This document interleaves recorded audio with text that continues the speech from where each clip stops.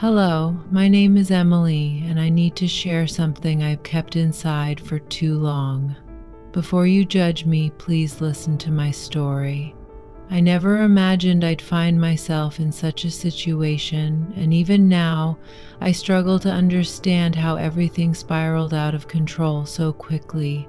It's a memory that has haunted me for years, something my husband Mark forced me into, changing my life forever. It all started a few years ago. Mark and I had been married for nearly a decade. Like most couples, we had our share of ups and downs, but nothing could have prepared me for what was to come.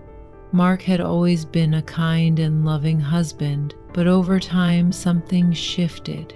He became distant, more controlling, and less affectionate. At first, I tried to brush it off, telling myself it was just the stress from work, but deep down I knew something was wrong. One evening, Mark came home from work with an unusual energy about him. He seemed almost too cheerful, but there was an unsettling glint in his eyes. We had dinner as usual, and just as I was about to clear the dishes, he asked me to sit down. His serious tone made my heart race. I could feel something was coming.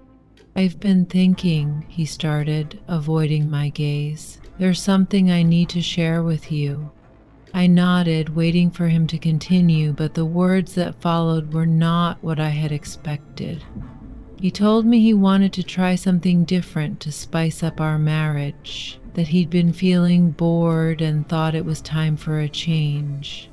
I assumed he meant a romantic getaway or even couples therapy, but what he suggested was something else entirely.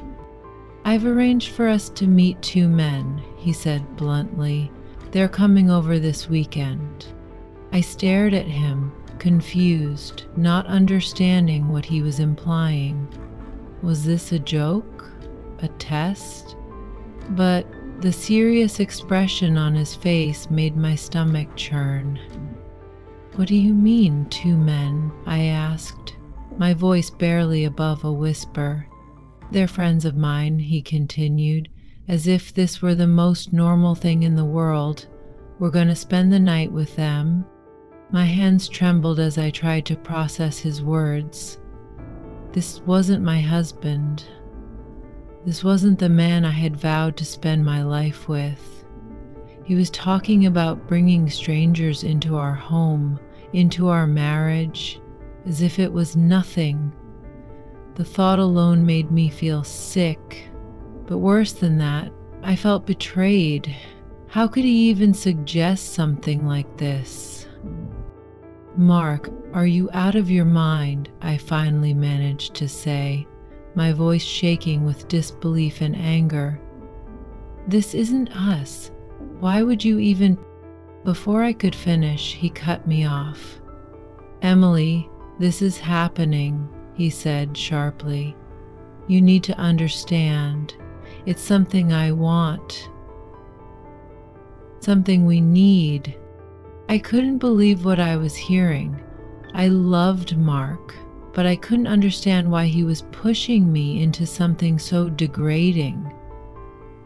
Something that felt like it would shatter everything we had built together.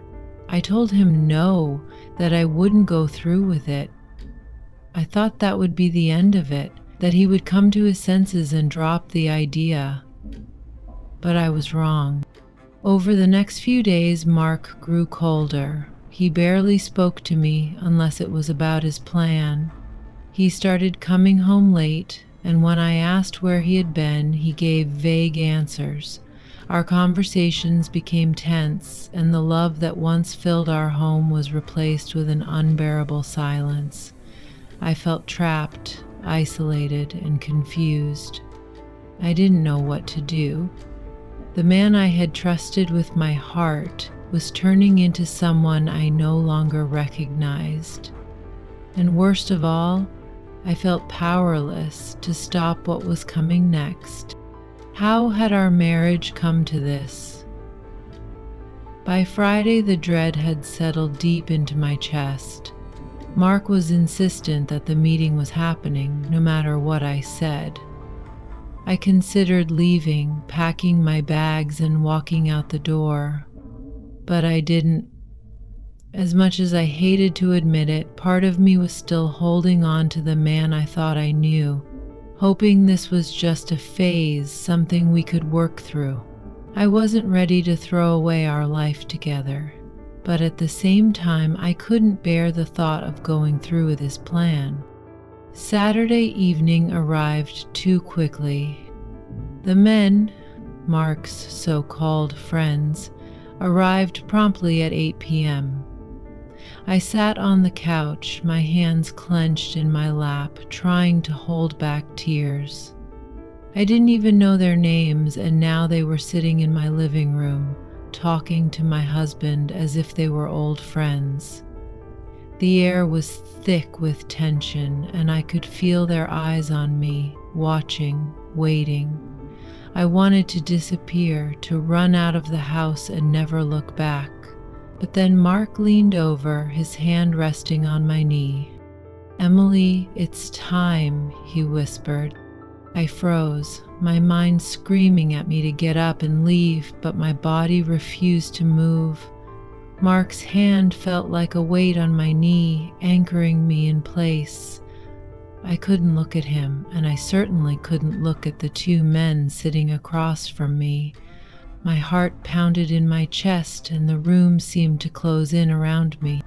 "Emily, please," Mark said again, his voice lower now, almost pleading. There was something in his tone that made me pause. It wasn't just insistence, it was desperation. For the first time in days, I saw a flicker of vulnerability in his eyes. This wasn't just about satisfying some twisted fantasy for him. It was about control, power, and something deeper that I couldn't quite understand. But that didn't make it right. None of this felt right. "I can't do this, Mark," I finally whispered, my voice cracking. "This isn't who we are." He sighed heavily and sat back, rubbing his temples in frustration. "You think I want this?" he muttered, more to himself than to me. "I'm doing this for us, Emily. Don't you get that?" "No, you're not," I shot back, finding a sliver of strength. "You're doing this for you. You've changed, Mark. This isn't about us anymore. It's about control." For a moment, I thought I saw guilt flash across his face, but it was gone as quickly as it came. Instead, he clenched his jaw and stood up, pacing the room like a man who had lost his way. I wanted to reach out to him, to pull him back to the man I once knew, but I didn't know how. We were so far from where we had started, and I wasn't sure if we could ever find our way back. As the silence stretched between us, one of the men, let's call him Daniel, cleared his throat. He seemed to sense the tension, but there was an air of impatience about him. "Look," he said, his voice calm but firm. "If this isn't happening, we should probably leave." I glanced up at him, and for the first time, I really looked at him. He wasn't what I expected. He was calm, respectful even, and his demeanor seemed more sympathetic than I had imagined. I had built up this idea in my head that these men were predators, but they weren't. They were just people, and somehow that made the whole situation even more confusing. I didn't want to stay. I didn't want to be part of whatever this was becoming. But the weight of everything, the years with Mark, the love we once shared, the hope that maybe, somehow, things could go back to normal, kept me sitting there. I didn't know what to do. I felt trapped, suffocated by my own indecision. Then Mark spoke, his voice quiet but resolute. "Emily, if you leave, we're done." The words hit me like a punch to the gut. I stared at him in disbelief, trying to comprehend what he had just said. He had drawn a line in the sand, and I had to choose which side I was going to stand on. Tears welled up in my eyes, but I blinked them back, refusing to let him see me break. "I've given you everything," he continued, his voice steady but cold. "I've provided for you, loved you, and this one thing is all I'm asking for in return." I stood up, my legs shaky but determined. "This isn't love, Mark," I whispered. "This is manipulation." His eyes flashed with anger, but I didn't care anymore. I couldn't do this. I wouldn't do this. I turned toward the door, fully expecting him to yell, to grab me, to try and stop me, but he didn't. Instead, I heard him mutter under his breath something like, "You'll regret this." Maybe I would. Maybe leaving was a mistake, but in that moment I knew I had to walk away. I couldn't let Mark or anyone force me into something I wasn't comfortable with. As I stepped outside, the cool evening air hit my face, bringing a strange mixture of relief and heartbreak. My legs carried me down the street, my mind racing. Where would I go? What would I do? I had no answers, only a deep sense of betrayal and loss. I wandered for what felt like hours before I found myself standing in front of my best friend Sarah's house. I knocked on the door, praying she was home. When she opened it and saw my tear-streaked face, she didn't ask any questions. She just pulled me into a tight hug and led me inside. Over the next few days, I stayed with Sarah, trying to process everything that had happened. I felt empty, like a part of me had been torn away. I missed Mark, but I also knew I couldn't go back. The damage had been done, and there was no repairing what was broken. Mark tried calling me a few times, leaving voicemails that ranged from apologetic to angry. He was all over the place, and I couldn't keep up with his shifting emotions. I didn't answer any of his calls, and eventually he stopped trying. Months passed, and I began to rebuild my life. Slowly but surely. I filed for divorce, knowing that our marriage was beyond saving. It was the hardest decision I had ever made, but in the end, it was the right one. I couldn't stay in a relationship where I was being manipulated and forced into situations that went against everything I believed in. I still think about Mark sometimes, about the life we could have had if things had been different. But I've come to realize that I deserve better. I deserve a love built on trust, respect, and mutual understanding, not control and manipulation.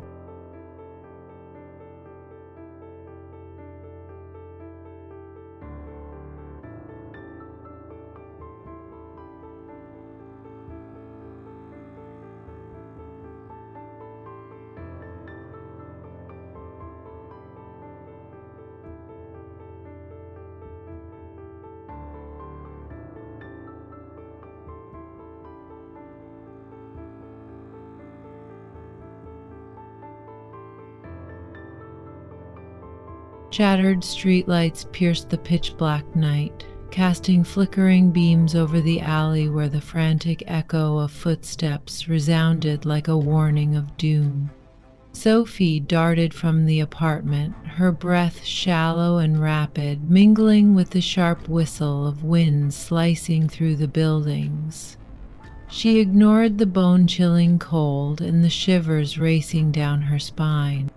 All she knew was that Milo had vanished, and the darkness seemed to swallow every answer. The garage door hung wide open, its hinges groaning as the wind tugged at it. Inside, the space was empty and frigid, as if life had been wiped away. "Milo!"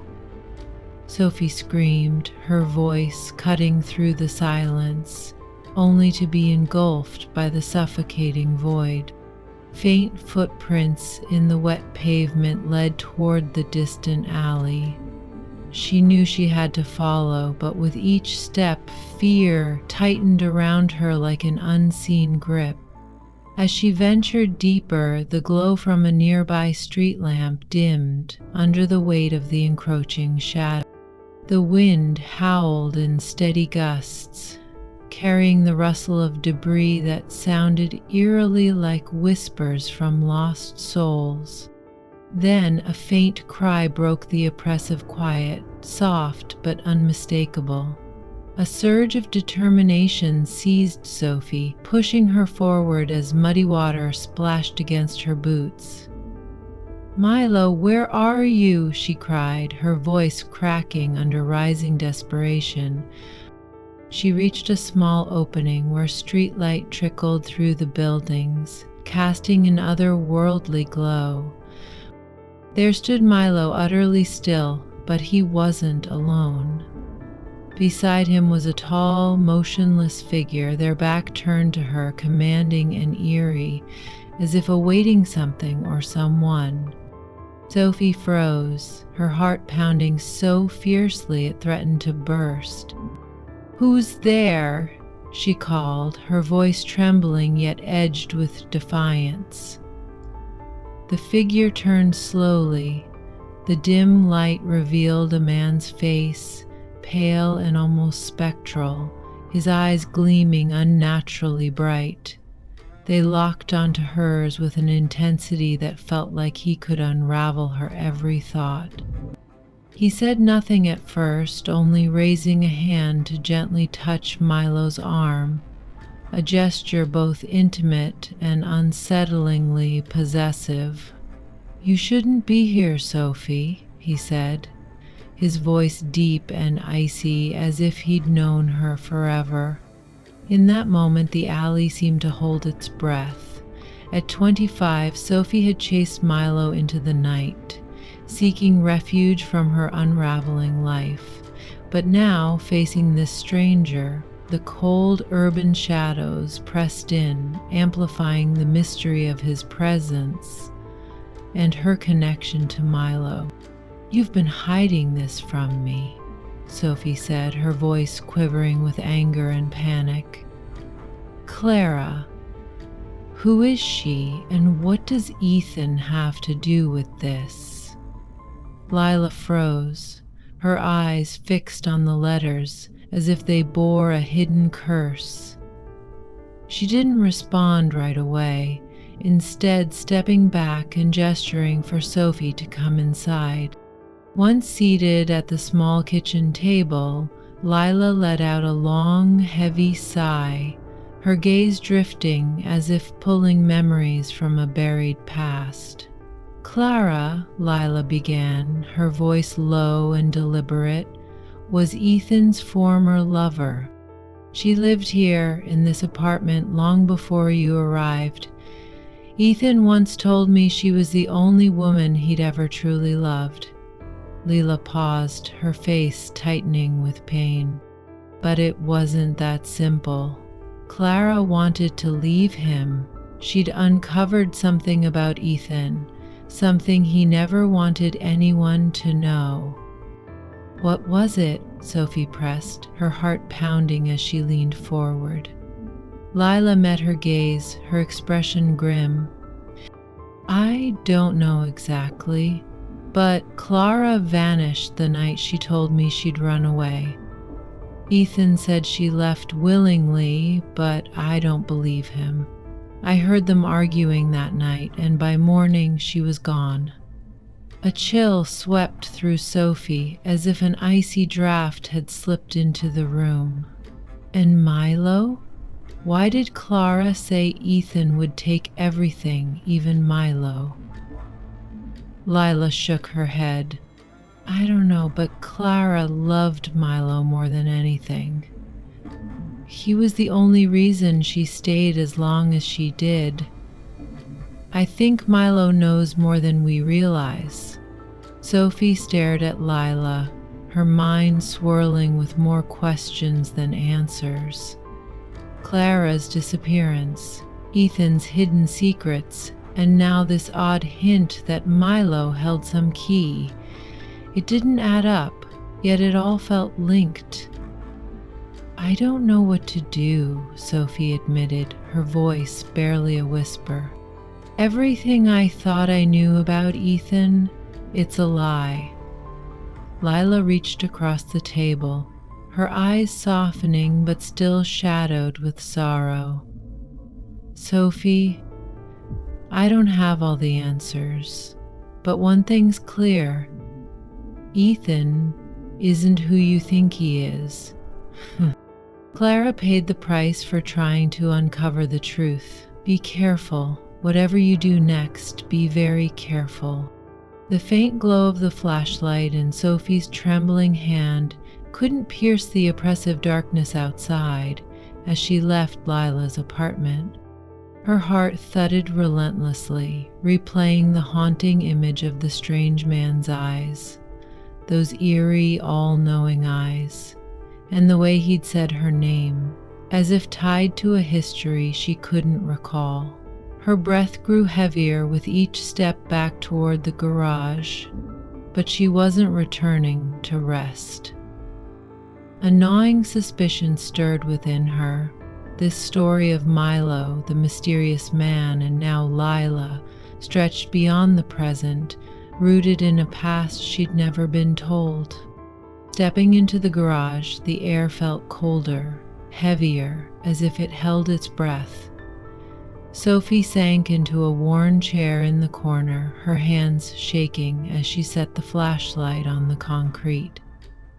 Her eyes drifted aimlessly until they settled on the wall where Ethan kept Milo's gear. There, nestled among the clutter, was a small metal box she'd never noticed before. Its quiet presence now seemed deliberate, as if waiting for her. She stood, approached it with hesitant steps, and lifted the lid. Inside lay a bundle of aged papers, their edges yellowed, carrying the faint scent of old ink and rust. The first letter drew Sophie's gaze, its handwriting faint but legible. To Lila, if you're reading this, keep your promise. Protect Milo and never let Ethan uncover the truth. The signature below sent a jolt through her chest. Clara. The name was unfamiliar, yet it carried a heavy, inexplicable weight. Ethan had never mentioned a Clara. Questions surged in Sophie's mind like a flood. Who was Clara, and what truth was Ethan not meant to know? She flipped through the other letters, each one more frantic, steeped in unease. Clara's words painted Ethan as both captivating and chilling. One passage stopped Sophie's breath. Ethan isn't who you think, Lila. He has two faces. One kind, charming, full of promises. The other a shadow you can't escape. If I speak, he swears he'll take everything, even Milo. Her throat tightened, a chill coursing through her. This wasn't a simple love story gone wrong. Ethan hid something dark beneath his polished surface. Clara had loved him, but their bond was perilous, threatening, perhaps ending in her disappearance. Sophie clutched the letters tighter, her mind reeling with questions too vast to grasp. Lila had to know something. Clara had entrusted her with these secrets. Why had Lila never spoken of her? Why keep this hidden? Without hesitation, Sophie sprinted toward Lila's apartment nearby, its outline barely visible in the dark. A dim light glowed through the curtains, signaling Lila was awake. Sophie pounded on the door, urgency drowning any sense of decorum. The door creaked open, revealing Lila's weary face, her eyes sharp despite the late hour. "Sophie, what are you doing here?" Lila's voice was steady but edged with curiosity. Before she could say more, Sophie thrust the bundle of letters forward. "You've been hiding this from me," Sophie said, her voice trembling with anger and desperation. "Clara, who is she, and why does Ethan have anything to do with this?" Lila froze, her gaze locking onto the letters as if they carried a curse. She didn't speak at first, instead stepping back and motioning Sophie inside. They sat at the small kitchen table, and Lila let out a long, shaky sigh, her eyes drifting as if sifting through buried memories. "Clara," Lila began, her voice low and heavy with regret, "was Ethan's former lover. She lived here, in this apartment, long before you came. Ethan once said she was the only woman he'd ever truly loved." Lila paused, her face shadowing with pain, but it wasn't simple. Clara wanted to leave him. She'd discovered something about Ethan, something he never wanted anyone to know. "What was it?" Sophie pressed, her heart pounding as she leaned forward. Lila met her eyes, her expression grim. "I don't know the full truth, but Clara disappeared the night she told me she was leaving. Ethan claims she left willingly, but I don't believe him. I heard them arguing that night, and by morning she was gone." The air grew colder as Lila's words settled. Sophie's skin prickled with foreboding. "And Milo? Why would Clara say Ethan would take everything, including Milo?" Lila shook her head, lips pressing tight. "I don't know, but Clara loved Milo more than anything. He was her anchor, the only thing keeping her here as long as she stayed. I think Milo knows more than we realize." Sophie sat in silence, her thoughts churning like a storm. Claire's disappearance, Ethan's hidden depths, and now this strange hint that Milo was central to it all. Nothing added up, yet it felt undeniably linked. At 25, Sophie had clung to Milo amid her unraveling life with Ethan, but these letters unveiled a past that cast everything in shadow, leaving her grasping for answers in the dim urban night. Lila's voice cut through Sophie's swirling thoughts. "Be careful, Sophie.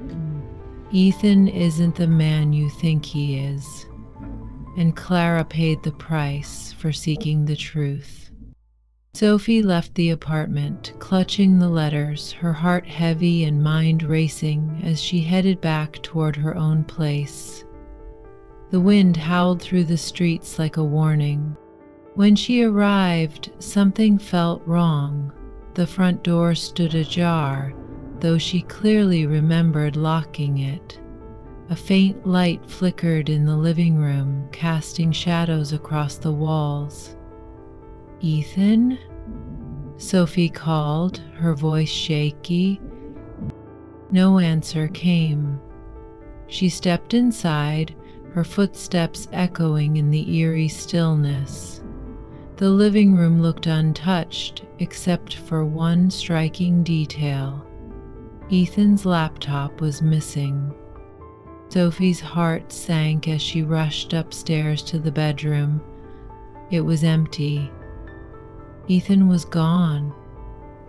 The apartment felt off, as if abandoned in haste.